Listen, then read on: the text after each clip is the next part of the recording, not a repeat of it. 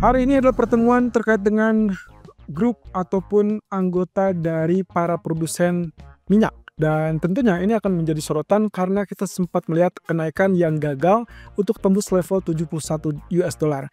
Nah, tapi juga ada hal lain yang cukup menarik di pasar untuk saat ini, yaitu pidato Powell tadi malam ternyata sepertinya kurang direspon ataupun kurang mendapatkan tanggapan dari market. Apa betul seperti itu? Ini dia ulasannya. So, apa yang jadi penggerak market masih kita lihat dari 2 poin yang besar. Yang sementara kalau misalnya kita kemarin sempat membahas ada 3 poin dan satu halnya adalah terkait dengan chaos ataupun darurat militer yang ada di Korea Selatan. Nah, untuk sementara itu kita singkirkan karena tidak terbukti dampaknya terlalu melebar ataupun meluas di luar kawasan Korea Selatan. Jadi kalau kita lihat itu adalah contagion, artinya kalaupun resikonya ada, mungkin resikonya lebih kepada pertama adalah resiko domestik terlebih dulu, yaitu di lingkup Korea Selatan. Kemudian yang kedua barulah kita bicara tentang contagion risk, alias mungkin di daerah atau kawasan Asia. Nah, tapi seperti yang terlihat di sini, Nikkei tidak bergeming, lalu kemudian juga Hang Seng juga tidak bergeming. Jadi masing-masing punya kecenderungan untuk melihat dari sisi domestik masing-masing. Walaupun ya mungkin kita bisa artikan Jepang mungkin agak sedikit terganggu dengan apa yang terjadi kemarin. Oke, lalu kemudian berarti kita tinggal sisakan dua, yaitu terkait dengan ekspektasi suku bunga Bank Sentral, dan yang kedua adalah terkait dengan musim liburan alias holiday season. Kalau begitu, dampaknya harusnya kita akan melihat rally berkelanjutan dari pasar saham dan harusnya Dow Jones, Nasdaq, S&P 500 dengan sangat mudah akan melanjutkan kenaikan. Karena di sisi lain data ekonomi juga kelihatannya memberikan harapan bahwa kondisi ekonomi masih solid dan juga masih kecenderungan untuk Bank Sentral melakukan penurunan suku bunga. Jadi ekspektasi tersebut ditambah dengan holiday season, harusnya kita akan dapatkan Santa Claus rally lebih cepat daripada yang kita duga. Nah, lalu kemudian kita juga dapatkan dengan pernyataan Powell yang sedikit meyakinkan, yaitu kaitannya dengan kondisi ekonomi yang masih tetap kuat. Jadi itu poin utama. Dan kalaupun terjadi penurunan pada emas, kita juga tidak melihat penurunan itu terlalu sensitif atau terlalu besar. Karena seperti yang kita pantau juga, data ekonomi kembali mendukung untuk penurunan suku bunga. Jadi ya, ini adalah 2 poin utama yang masih sampai saat ini mempengaruhi sentimen ataupun pergerakan pasar. Kita lihat data kemarin. Kita kupas dari zona Eropa dan juga Inggris yang ternyata datanya kalau kita simpulkan dengan angka hijau artinya di atas ekspektasi, dan itu berarti harusnya jauh lebih bagus. That means currency-nya harusnya positif alias bergerak naik. Tapi tidak seperti itu. Persis dengan apa yang kemarin kita bahas kemarin, kaitannya adalah dengan angka yang dimunculkan. Nah, kalau Anda lihat 49,5 service PMI untuk zona Eropa, ternyata memang sedikit di atas dari ekspektasi, tapi turun dibandingkan bulan sebelumnya 51,6. Dan ingat, angka di bawah 50 berarti dia terkontraksi, dan kalau dengan kondisi seperti itu berarti 51 turun ke 49 dan yang tadinya ekspansi tiba-tiba jadi kontraksi, berarti fix itu menandakan perlambatan di sisi atau di sektor manufaktur zona Eropa. Negatif tentunya untuk zona euro, dan itu berarti juga mata uang euronya akan relatif turun. Lalu kemudian kalau kita lihat dari Inggris, service PMI-nya 50,8, tipis sekali dari ekspektasi 50,0. Memang lebih bagus ya, di atas ekspektasi. Tapi coba lihat, bandingkan dengan bulan sebelumnya 52,0. Nah, cuman di sini kalau kita compare antara euro ataupun dengan Inggris, maka yang kita dapatkan kesimpulannya adalah euro akan jauh lebih mudah untuk mulai penurunan dibandingkan pound sterling. Dikarenakan data ekonomi dari Inggris sendiri, service PMI-nya masih di atas 50. So, ekspansi masih ya. Nah, cuman masalahnya adalah keduanya masih tetap ada ekspektasi ataupun kemungkinan untuk potensi penurunan suku bunga. Walaupun ada sedikit perbedaan. Yang satu sangat meyakinkan akan melanjutkan penurunan di minggu depan, tapi yang satu lagi, BOE, mungkin mereka masih tetap harus melihat data-data ekonomi lebih lanjut. Nah, kemudian di malam hari, ADP employment ternyata rilisnya adalah 146K, lebih rendah daripada ekspektasi 166 dan bahkan turun dari periode sebelumnya. Nah, kalau Anda ingat kemarin itu kita sempat lihat periode sebelumnya atau bulan sebelumnya itu berada di 233K. Nah, dengan angka revisi turun ke 184K, ini berarti menandakan bahwa sektor tenaga kerja atau dengan kata lain data ketenaga kerjaan Amerika kecenderungannya mulai mendingin. Dan ini yang harusnya menjadikan patokan kode Fed nantinya kemungkinan akan tetap turunkan suku bunga. Walaupun demikian, bukan berarti ADP bagus akan menyebabkan NFP bagus atau sebaliknya ADP jelek NFP juga akan jelek dan itu sudah kita bahas berkali-kali ya. Jadi harusnya kita tidak akan terjebak untuk hari Jumat nanti. Jadi tidak ada patokan bahwa data ini akan menggiring kepada NFP yang juga jelek.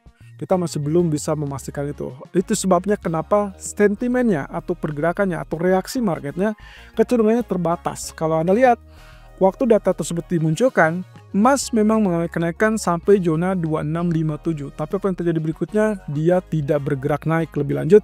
Dia hanya tertahan dan kembali turun ke level 2650 dan bertahan di kisaran yang sama. Nah bahkan kalau kita lihat dari apa yang terjadi pada rilis data berikutnya, yaitu ISM Service PMI, datanya memang angkanya turun 52,1 dan itu adalah turun dibandingkan atau lebih rendah daripada ekspektasi 55,5. Nah tentunya angkanya agak jomplang dari bulan sebelumnya 56. Kalau Anda simak video kemarin, saya sempat mengatakan kalaupun misalkan angkanya cuma 54 ataupun 55, itu berarti harusnya akan lebih terbatas. Nah tapi munculnya dengan 52, itu akan membuat atau membuat perbedaan. Walaupun ya secara keseluruhan tetap ekspansi. Nah itu pula yang membuat kenapa harga emas turun tapi terbatas, lalu kemudian reaksinya juga tidak terlalu, ya bisa dibilang tidak terlalu volatile. Dan kesimpulannya, dalam 1 minggu terakhir berarti ini menandakan bahwa market masih tetap menunggu kepada big data dan itu adalah profil dari non-farm payroll. Nah di sini CME Tools juga menunjukkan apa yang terjadi pada peluang penurunan suku bunga untuk bulan Desember. Ternyata bukannya turun, tapi justru mengalami kenaikan. Bayangkan dari yang sebelum data dirilis itu adalah 72,9 ya, lalu kemudian setelah data dan juga termasuk setelah Powell yang dikatakan sebagai sikap yang sedikit hawkish, ternyata peluang untuk pemangkasan 25 basis point di bulan Desember meningkat sampai 77,5%. Jadi bagi saya di sini jelas market tahu dan akan bereaksi terhadap data ekonomi karena pada umumnya para pejabat Fed menyampaikan semua itu terkait dengan tergantung data ekonomi. Nah sebentar untuk nanti sore kita akan lihat dari OPEC meeting yang akan dilakukan di jam 17.00. So ada beberapa rumor yang harus saya update di sini. Rumor pertama yang sudah sempat santer terdengar dari sejak bulan lalu adalah akan extend production cut untuk 1 bulan ke depan, that means sampai Januari. Namun update terbaru minggu lalu adalah terkait dengan rumornya akan dilakukan extension untuk production cut-nya sampai kuartal 1. Kuartal 1 itu bukan hanya Januarinya saja teman-teman, bisa saja Februari atau bahkan bisa sampai Maret. Karena 1 kuartal berarti kita hitung ya maksimum di bulan Maret. Nah, tapi rumor terbaru pagi ini menyebutkan ada kemungkinan akan dibahas untuk potensi pemangkasan tersebut diperpanjang sampai 6 bulan ke depan. Kalau 6 bulan ke depan, itu berarti kurang lebih sampai akhir kuartal kedua 2025. Ini yang cukup menarik teman-teman. Satu sisi kalau kita bicara tentang potensi yang akan terjadi pada reaksi pasar, maka saya lebih prefer skenario-nya adalah kalau misalkan extension-nya hanya sampai kuartal pertama. Kenapa? Karena yang paling dan memungkinkan untuk bisa diterima oleh mayoritas para anggota produsen itu adalah extension cut-nya tidak terlalu banyak ataupun tidak terlalu panjang.